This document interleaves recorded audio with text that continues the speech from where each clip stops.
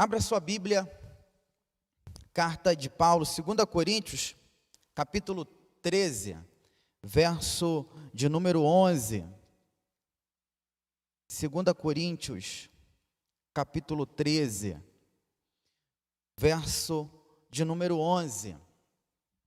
2 Coríntios, capítulo 13, verso 11. 2 Coríntios, capítulo 13, verso 11. Se você achou na sua casa, no ambiente familiar, diga: eu achei. Se você não achou, diga para sua esposa, seu esposo, seus filhos: eu estou perdido, me ajudem. 2 Coríntios, capítulo 13, verso 11. O tema da nossa mensagem de hoje é: aprenda a manter conexões saudáveis. Aprenda a manter conexões saudáveis. 2 Coríntios, capítulo 13, verso 11, diz assim: irmãos, encerro a minha carta com estas últimas palavras. Alegrem-se, cresçam até alcançar a maturidade, encorajem-se mutuamente, vivam em harmonia e paz. Então o Deus de amor e paz estará com vocês. Paulo, ele finaliza sua carta aos crentes de Corinto, dando alguns conselhos práticos sobre a vida, sobre os ciclos da vida que vivenciamos na nossa história. E uma das primeiras expressões, a primeira expressão que ele declara é: alegrem-se. Mesmo que talvez essa palavra não apareça no grego, ela aparece também como regozijai-vos. Já entendemos muito de que essa alegria é uma ordem e faz parte do fruto do Espírito. Ou seja, ela não está atrelada às circunstâncias da vida, mas ela está enraizada na pessoa de Deus. E é em desfrutar essa plena confiança no controle absoluto do Senhor. Por isso, a expressão em Filipenses 4 é: alegrai-vos no Senhor. Uma pessoa ela pode ficar 40 dias sem alimento, 3 dias sem água e até 8 minutos sem ar, mas nenhum dia sem esperança. E é interessante de que Paulo, ele diz em Romanos 12, 12, alegrem-se na esperança. E Paulo está falando de uma esperança enraizada em Cristo. A palavra de Deus diz ainda, em Romanos capítulo 5, verso 3, também nos gloriamos nas tribulações, porque sabemos que a tribulação produz perseverança. Em outras versões, também nos alegramos nas tribulações. Aqui não está falando sobre o prazer de sofrer, o crente não é masoquista. O texto está dizendo de que ele se alegra em Deus por saber que os problemas, que as adversidades irão produzir perseverança. É claro que não de uma forma automática, mas a partir de uma decisão individual e intransferível de cada um de nós, de cada um daquele que está vivendo um período de deserto, de provação, aonde ele precisa decidir, na dependência do Senhor, permitir que as situações, que as adversidades, pelo poder do Espírito Santo, possam produzir nesse crente perseverança, onde o mal, ele é transformado em bem, aonde a provação, ela é encarada como um processo pedagógico de Deus, para nos ensinar lições do céu, para a nossa vida, para que possamos ser crentes maduros, crentes que possam aprender a lidar com a dor, e tirar da dor vida. Interessante, quando Ziglag foi saqueada e queimada pelos amalequitas, levando mulheres e crianças, a palavra de Deus diz no livro de 1 Samuel, capítulo 30, a partir do verso 4, a palavra de Deus diz assim: então Davi e o povo que se achava com ele alçaram a sua voz e choraram, até que neles não houve mais forças para chorar, não houve mais forças para chorar. Você já passou por isso? Momentos de tribulação, de adversidade, onde você chorou tanto que não houve mais forças para chorar. Interessante que a palavra de Deus diz que Davi muito se angustiou, porque o povo falava em apedrejá-lo, porque a alma de todo o povo estava em amargura, cada um por causa dos seus filhos, das suas filhas. Todavia Davi se fortaleceu no Senhor, seu Deus. As circunstâncias podem gerar em nós lágrimas. Quantas vezes você derramou as suas lágrimas no travesseiro, quando ninguém olhava, ninguém te contemplava e você estava ali em lágrimas? As situações podem arrancar de nós as nossas lágrimas, mas não podem arrancar de nós a nossa confiança no Senhor. Nós precisamos nos fortalecer no Senhor, assim como fez Davi, e não deixar a crise nos dominar, mas o Espírito Santo de Deus nos encorajar. Se fortalecer no Senhor é buscar ao Senhor em oração, assim como Davi fez. A palavra de Deus diz que Davi se fortaleceu no Senhor. Ele não ficou murmurando e reclamando, ele não colocou as suas injustiças, as questões da sua vida, seja no Facebook, nas redes sociais. Ele colocou isso diante do Senhor, em oração, e ele recebeu direção de Deus para a sua vida e para o povo, porque ele fez a coisa certa. Ele buscou ao Senhor em dias de adversidade. Não decida buscar ao Senhor em tempos de adversidade, só encarando esse buscar ao Senhor como último recurso. Que seja o seu primeiro recurso, que seja o seu constante recurso, o buscar ao Senhor. Porque quando buscamos ao Senhor, Ele há de nos direcionar. E Deus direcionou Davi. Verso 18 e 19, a palavra de Deus diz assim: assim salvou Davi tudo quanto tomaram os amalequitas, e ninguém lhes faltou, desde o menor até o maior, e até os filhos e as filhas, e também desde o despojo, até tudo quanto tinham tomado, tudo Davi tornou a trazer. Quem sabe, meu querido, minha querida, as circunstâncias roubaram a sua fé, a sua esperança, a sua fidelidade, áreas da sua vida, situações, adversidades que a sua família pode viver ou esteja vivendo, e vocês não estão tomando as atitudes certas, e aconteceu uma bagunça, um reboliço das trevas na sua vida, na sua casa. Mas saiba de que Deus é poderoso para restaurar, mesmo que possa estar tudo em pedaços. Deus é poderoso na medida que você se rende a Ele, na medida que você se arrepende, na medida que você reconhece que o Senhor é a sua esperança, que é no Senhor que você encontra o socorro devido, o bem presente em dias de adversidade. Ele é poderoso para restaurar, Ele é poderoso para restituir, Ele é poderoso para restaurar a sua alegria, Ele é poderoso para perdoar os seus pecados, Ele é poderoso para te direcionar. Basta você se render ao Senhor de todo o seu coração. Aprenda a buscar ao Senhor em dias de adversidade. A palavra de Deus, no texto principal de 2 Coríntios, capítulo 13, verso 11, a outra parte diz: cresçam até alcançar a maturidade, encorajem-se mutuamente.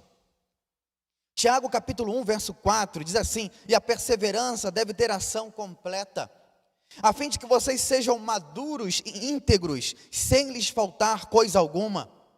A maturidade é não entrar em oportunidades que Deus não te mandou entrar, e saber entrar nas que Deus te mandou. É entender que o propósito principal de Deus, não, mesmo que Ele se importe, não é resolver os nossos problemas, não é atender aos nossos caprichos, mas fazer com que Cristo seja formado em nós. E mesmo que isso, e para que isso Ele tenha que causar dor, permita que dores e adversidades aconteçam na nossa vida, cheguem na nossa vida, batam na nossa porta, para que possamos depender e que Cristo seja formado em nós, e aí as pessoas que estão ao nosso redor possam perceber que mesmo na adversidade, nós continuamos confiando no Senhor. Mesmo em dias desérticos, em dias de seca, continuamos confiando no Senhor, para que, colocando nele a nossa confiança e percebendo que é dele e nele que vem a nossa provisão. É entender, é discernir. Interessante que todo mundo cresce. Uma criança saudável cresce. Mas interessante que nem todo mundo amadurece. E amadurecer é uma escolha diária, uma decisão diária, aonde nós precisamos viver isso de forma constante e encorajar uns aos outros a viver em maturidade, a impulsionar uns aos outros, não em meninices espirituais, mas encorajando uns aos outros para que possamos crescer na forma de Cristo. Interessante de que Efésios capítulo 5, verso 17, diz assim: não hajam de forma impensada, mas procurem entender a vontade do Senhor. Não hajam de forma impensada, não seja um crente sem noção, né? Mas procurem entender a vontade do Senhor. Entender a voz do Senhor. É interessante de que Atos capítulo 20, verso 22 e 23, aí na experiência de Paulo, nessa condução da voz do Espírito na vida dele, em Atos 20, verso 22 e 23, a palavra do Senhor diz assim: agora, compelido pelo Espírito, estou indo para Jerusalém, sem saber o que me acontecerá ali, só sei que em todas as cidades, o Espírito Santo me avisa que prisões e sofrimentos me esperam. Interessante de que os irmãos, quando ouviram essa declaração de Paulo, de que o Espírito Santo estava impelindo, estava o conduzindo para Jerusalém, aonde prisões e sofrimentos o estavam aguardando, os irmãos ali, eles quiseram impedir Paulo de ir, porque eles não queriam que Paulo sofresse. Mas às vezes Deus, através do seu Espírito, Ele vai nos impelir e nos conduzir, às vezes não para palácios, mas para desertos. E talvez você esteja sendo impelido pelo Espírito para essa Jerusalém, aonde você tem vivido processos de adversidade, de situações complicadas da sua vida, mas se Deus está te impelindo pelo seu Espírito, é porque Ele vai te sustentar e vai direcionar a sua vida, e Ele é poderoso para suprir todas as suas necessidades. Paulo, interessante de que em Atos capítulo 6, a partir do verso 6, olha o que interessante a palavra de Deus diz: Paulo e seus companheiros viajaram pela região de Frígia e da Galácia, tendo sido impedidos pelo Espírito Santo de pregar a palavra na província da Ásia. Quando chegaram à fronteira de Mísia, tentaram entrar em Bitínia, mas o Espírito de Jesus os impediu 2 vezes. Os discípulos, Paulo, eles foram impedidos pelo Espírito 2 vezes.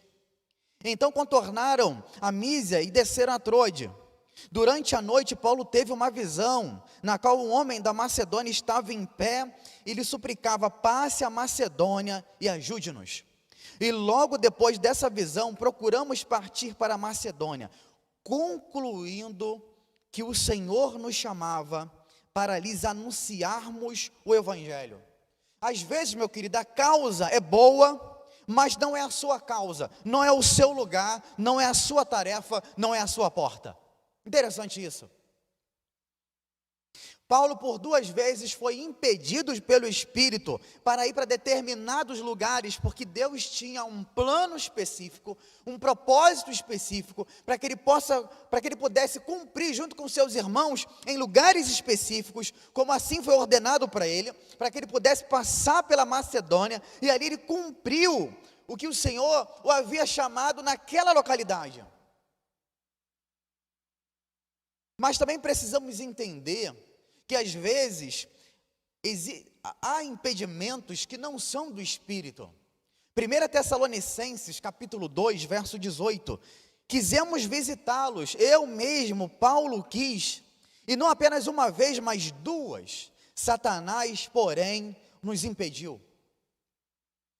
Nós precisamos estar atentos e saber discernir a voz do Espírito, para entender para onde precisamos ir nesse sermos impelidos pelo Espírito, assim como Jesus foi impelido pelo Espírito,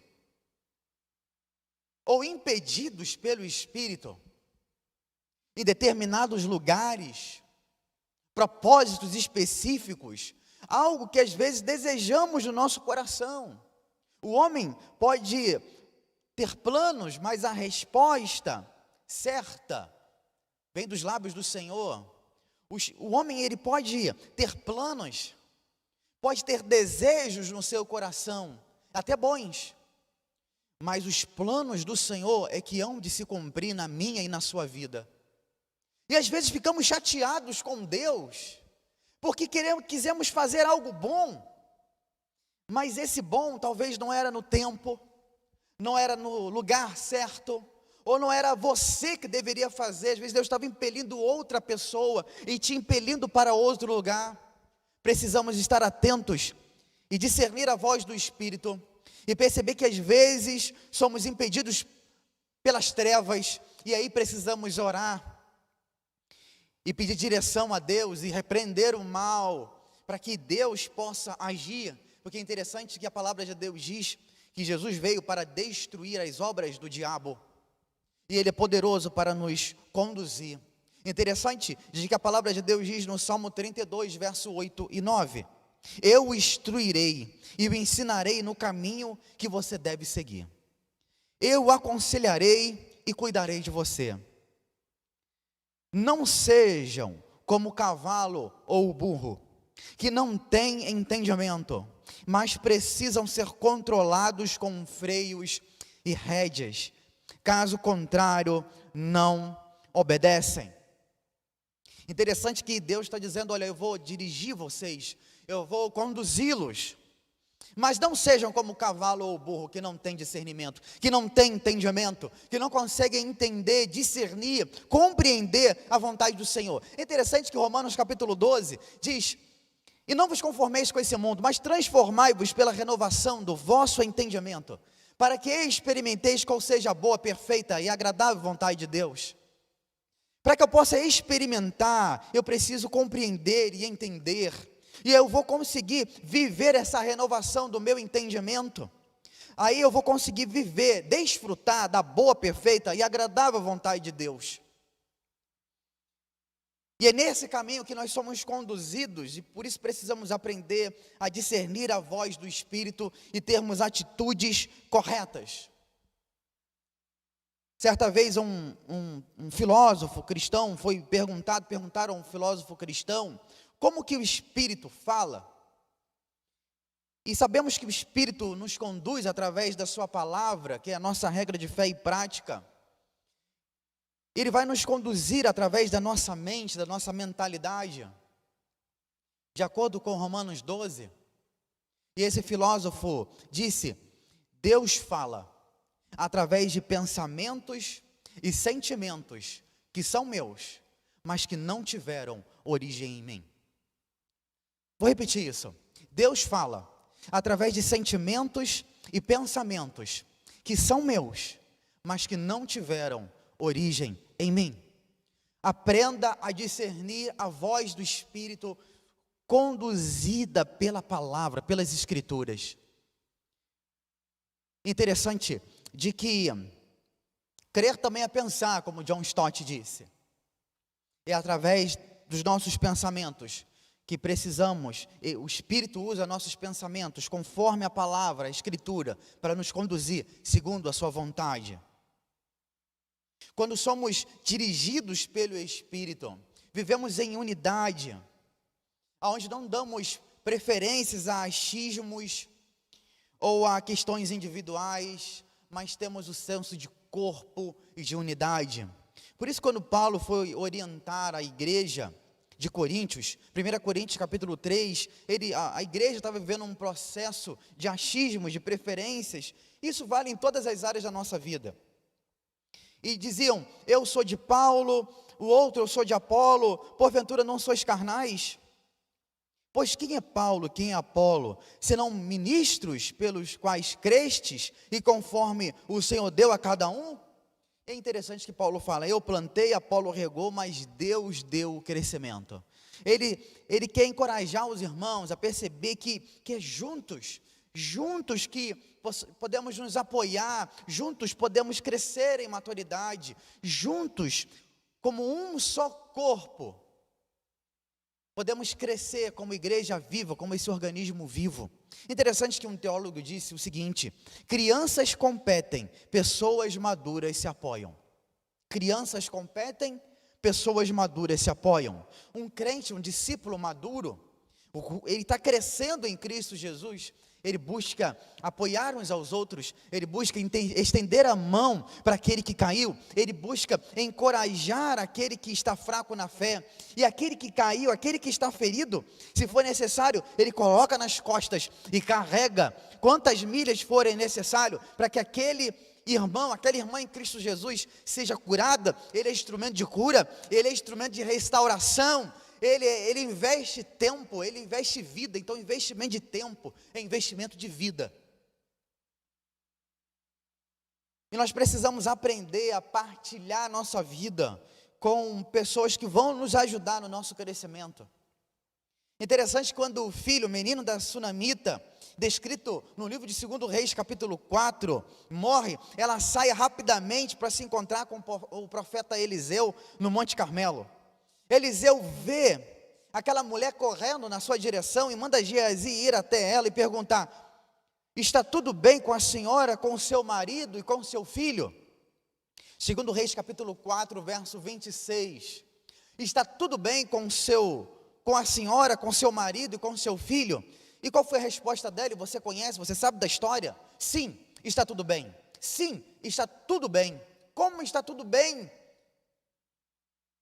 A situação de devastação na sua casa relacionada ao seu filho, ela fala, está tudo bem para Geazi, mas quando ela encontra a pessoa certa, ela se prostra, ela pede socorro, e o seu filho volta à vida quando o profeta vai na sua casa.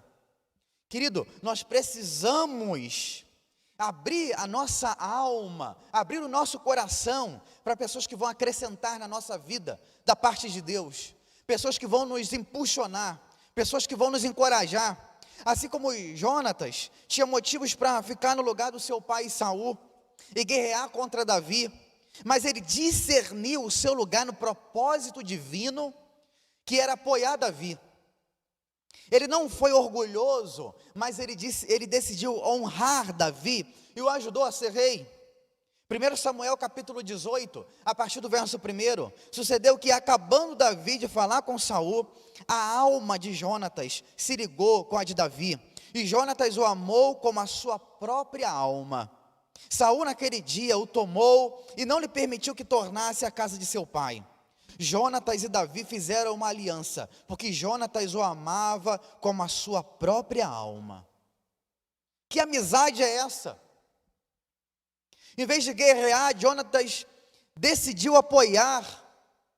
Uma grande lição sobre maturidade na vida de Davi e Jonatas é que não iremos conseguir amadurecer e viver o propósito divino para nós sem a ajuda de outras pessoas.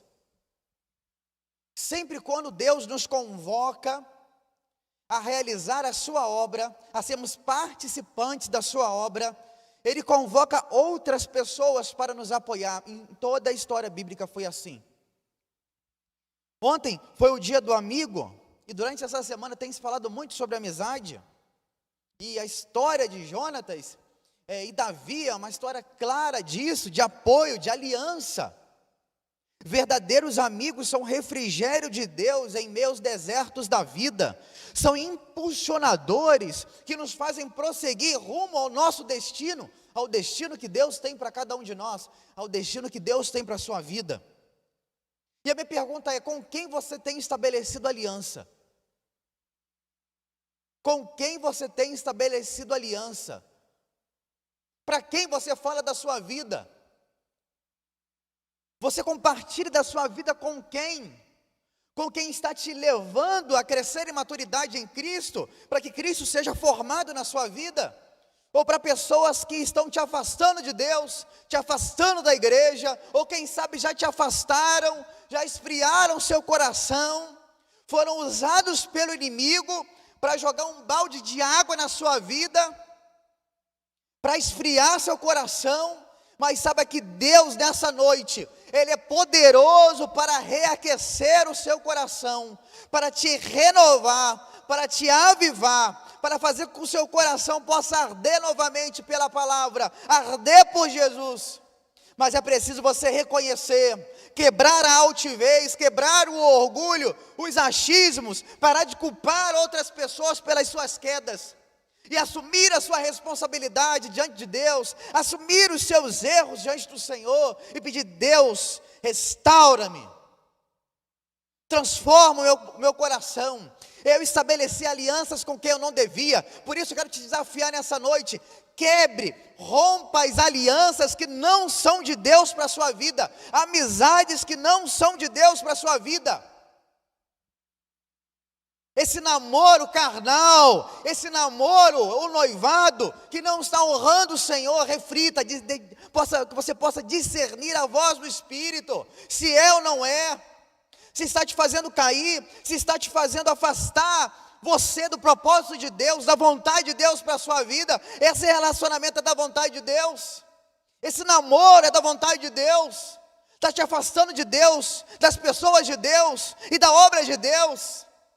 Que você aprenda a discernir, que a sua mentalidade não seja carnal, mas espiritual. Viver em aliança com as trevas, com gente que não é de Deus, abrir nosso coração, estabelecer intimidade, aliança de alma, com pessoas que não nos ajudam a crescer, seja na nossa espiritualidade, principalmente isso, seja na vida conjugal, seja na vida familiar, em todas as áreas. Aprenda a fortalecer, a estabelecer alianças com gente que vai falar a verdade, baseado na palavra, com gente que ama de verdade, com gente que vai se importar, com gente que vai passar a dor, os processos da dor com você. É muito fácil ter amigos no momento da festa, porque todo mundo quer ir para a festa, mas no tempo fúnebre, poucos querem ir. No tempo da dor, da escassez financeira, das crises, são poucos. Então aprenda a valorizar os poucos, aprenda a valorizar esse um amigo, essa uma amiga que você tem.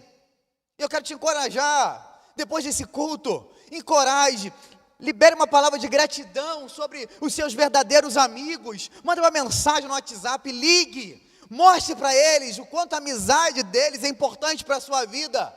Jonatas externava essa amizade, ele renunciou esse futuro de glória, humanamente falando, mas ele se colocou como servo, ele entendeu o seu lugar, e o seu lugar também era um lugar glorioso, porque ele entendeu o seu lugar, o seu propósito, o propósito divino na vida dele.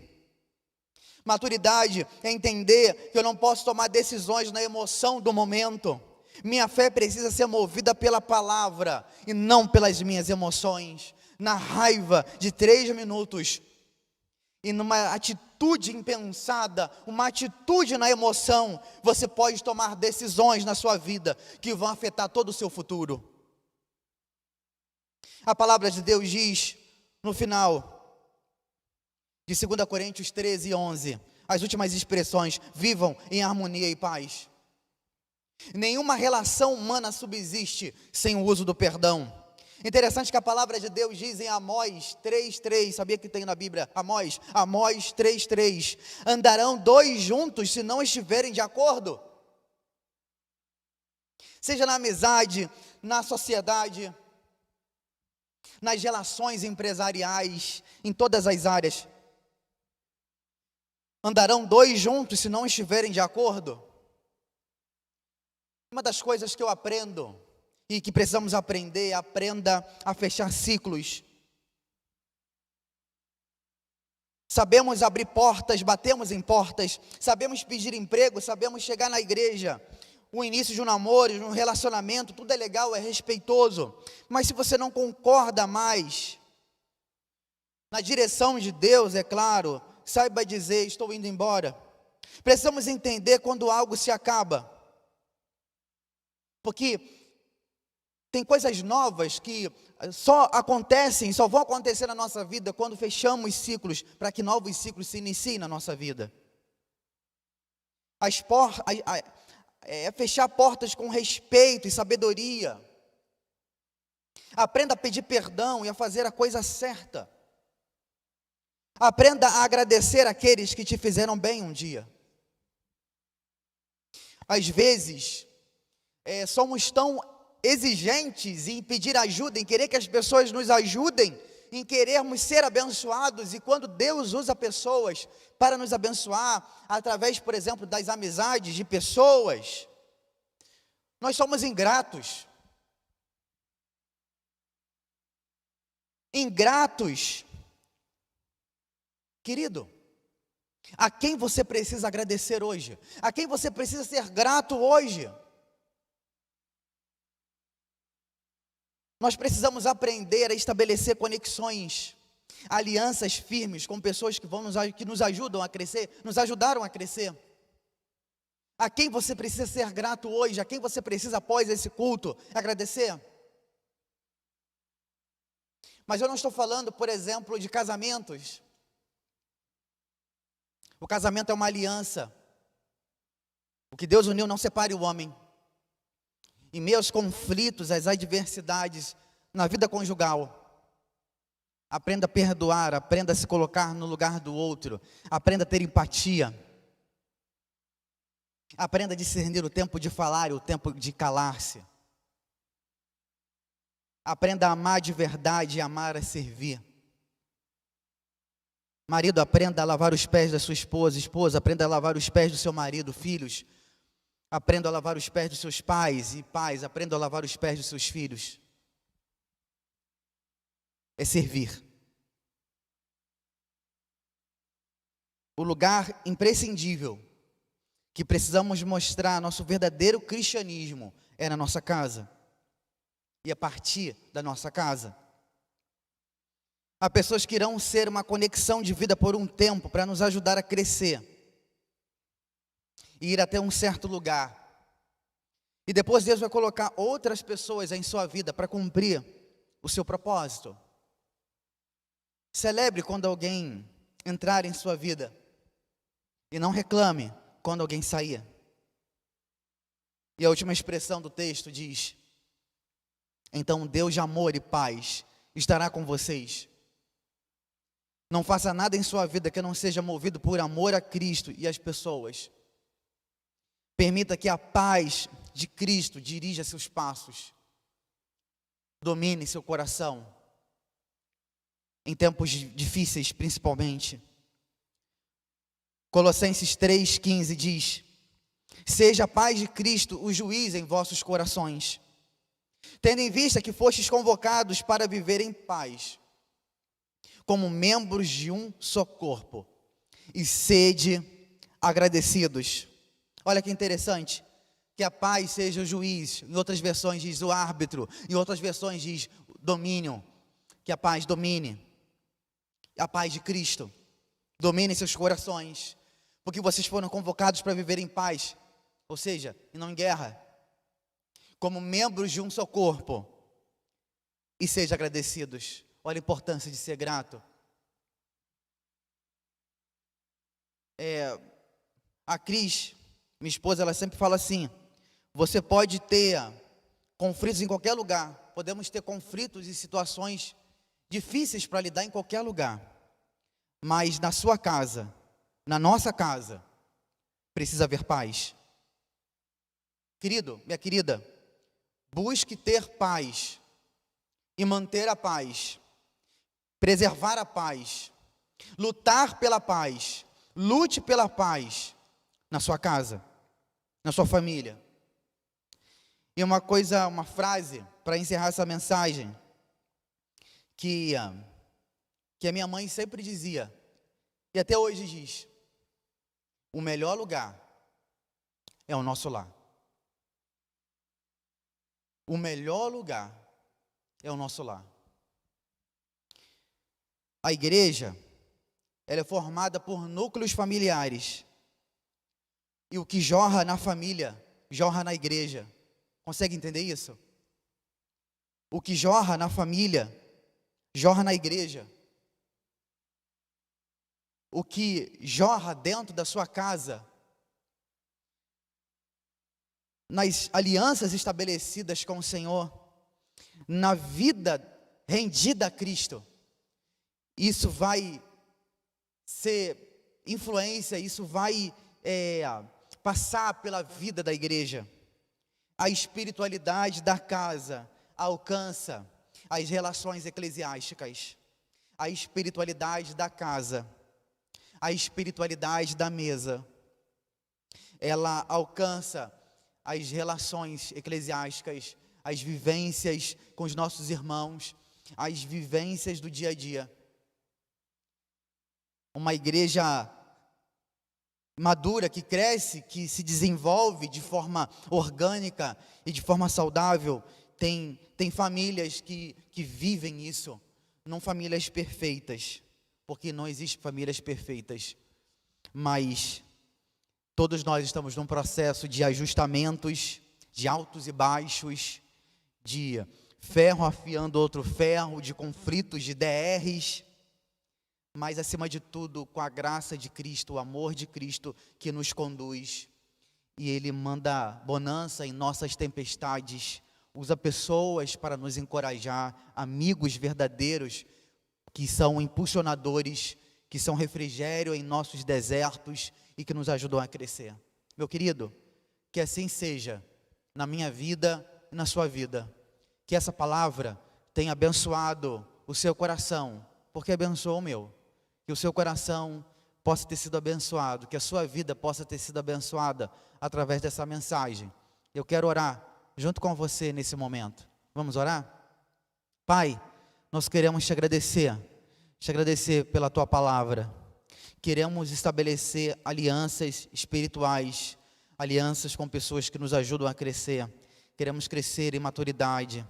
Queremos, ó Deus, que o nosso coração, ó Deus, que haja em nosso coração, em conformação com a nossa realidade, com esse momento que estamos vivendo. Queremos, ó Deus, viver e tomar as atitudes necessárias na Tua Palavra, do meditar da Tua Palavra, nas orações, para que a nossa vida seja transformada de glória em glória, de fé em fé, mesmo que o Senhor tenha que usar situações, adversidades. Ó Deus, que o Senhor nos ajude a discernir a voz do Teu Espírito, que o Senhor nos ajude a combater o bom combate, que o Senhor nos ajude, ó Deus, a perceber os nossos verdadeiros inimigos, ó Deus, como diz Efésios capítulo 6, ó Deus, que a nossa luta não é contra carne e sangue, mas contra principados e potestades. Ó Deus, nos ajude, ó Deus, a fortalecer pessoas, nos ajude a sermos instrumentos, sermos medicina na vida das pessoas, nos ajude a sermos gratos pelas pessoas que fizeram a diferença e pelas pessoas que fazem diferença na nossa vida.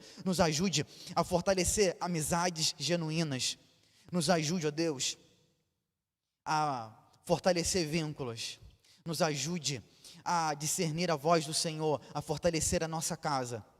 Nos ajude, Deus, nessa caminhada, a sermos discípulos maduros em todas as áreas da nossa vida, em nome de Jesus, amém. Querido, que Deus possa te fortalecer, que o Senhor possa nos conduzir nessa caminhada. 2 Coríntios, capítulo 13, verso 11, irmãos, encerro minha carta com essas últimas palavras: alegrem-se, cresçam até alcançar a maturidade, encorajem-se mutuamente, vivam em harmonia e paz, então o Deus de amor e paz estará com vocês. Que Deus possa usar a nossa vida para sermos instrumentos da paz dEle, para sermos discípulos maduros, para sermos impulsionadores E antes de cobrar, eu quero pessoas assim na minha vida. Seja uma pessoa, seja um discípulo, seja um homem e uma mulher confiável, alguém que as pessoas possam olhar para a sua vida e perceber que você anda com Jesus. Que você tenha uma semana muito abençoada, em nome de Jesus. Que Deus te abençoe.